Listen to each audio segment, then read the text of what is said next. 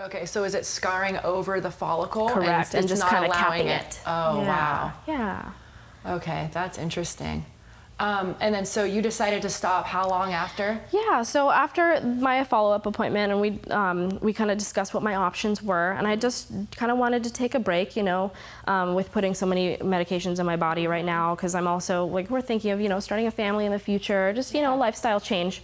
So I wanted to put a pause on that for now, and I was actually in the, like, while I was doing all this treatment and stuff, I had started looking into hair toppers. Okay. And that's where I kind of got into, like, oh, wearable hair, alternative hair. Okay. So cool. And then what was your process like with that? Yeah.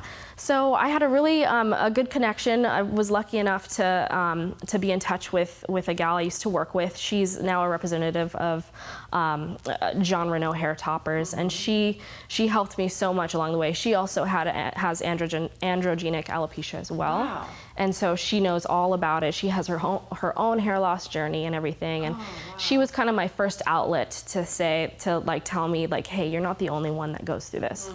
There's millions and millions of women all over the world that deal with this same issue. So it kind of made me feel better, you know, that I had someone on my side, you know. That, absolutely. And so I was in touch with her, and she helped me order, like, my first hair topper with her. It was just a plain, like, black hair topper, just to, you know, to kind of boost my own confidence and stuff. And like, when I first started wearing a hair topper and tried on different toppers and stuff, it was an emotional journey for me, because I'm 31 years old, you know. I thought to myself, like, I shouldn't be dealing with this stuff, you know.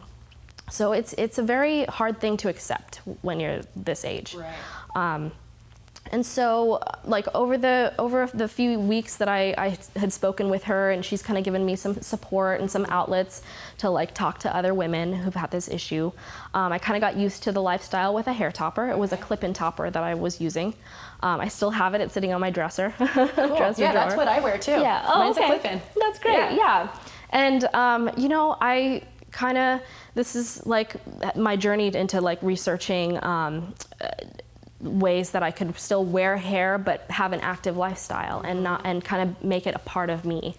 Right. With the toppers, of course, I've had to unclip them, you know, and take them off and then tie my hair up into, like, a little ponytail and go work out, you know, or go swimming or something like that. So that's what kind of brought me to you. Okay, perfect. So what was your journey like online? Trying to find hair extensions and what kind of information's out there? There's a lot. But there's a lot of good information, and there's also a lot of bad information. Like, you can find so many things on, like, YouTube, on forums, blogs, all that kind of stuff, on social media.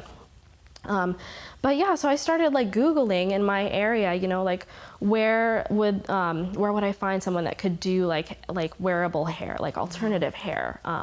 So that's what you were searching for, wearable hair or alternative hair. Yeah. Interesting. I've never heard of that search term. Yeah. Okay. And so that kind of brought me to you. You know, I had a stylist in Reno. She's my regular gal that I would go to all the time. She introduced me to tape-ins. Oh, okay. And I was doing tape-ins for a really long time with her.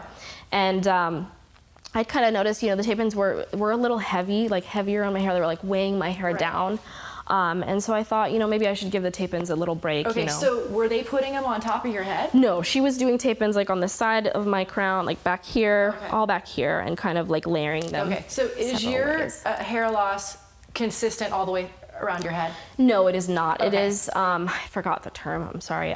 It seems like it's a little more prominent. Centralized around the crown. Okay, yeah. perfect. Yeah, or localized, I guess, around the crown. Okay, so your tape-ins weren't really covering the problem. They were just giving you a little more Right, they were giving me a action. little bit more volume down on the bottom, which I was happy to see that even, you know. When you have thin hair, anything helps. I agree, So, yeah. Okay. So, yeah, after I did, like, kind of a Google search, I couldn't find anyone in Reno or in the Northern Nevada area, even in Sacramento. Like, I even made some calls at some salons. They're like, no, we don't really do this or this, you know. And then I came upon your website.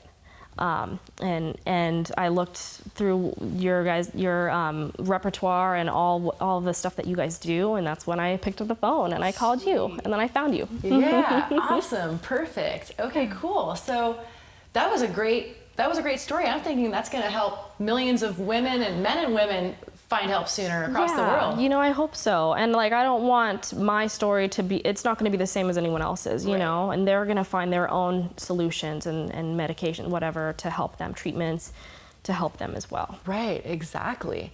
Okay, so then today we have a makeup artist coming in. We're gonna do your hair and we're gonna get some new headshots for you. That's great. I know, I'm excited. So let's get started right away. I'm excited. Okay, perfect. Let's get started. Okay.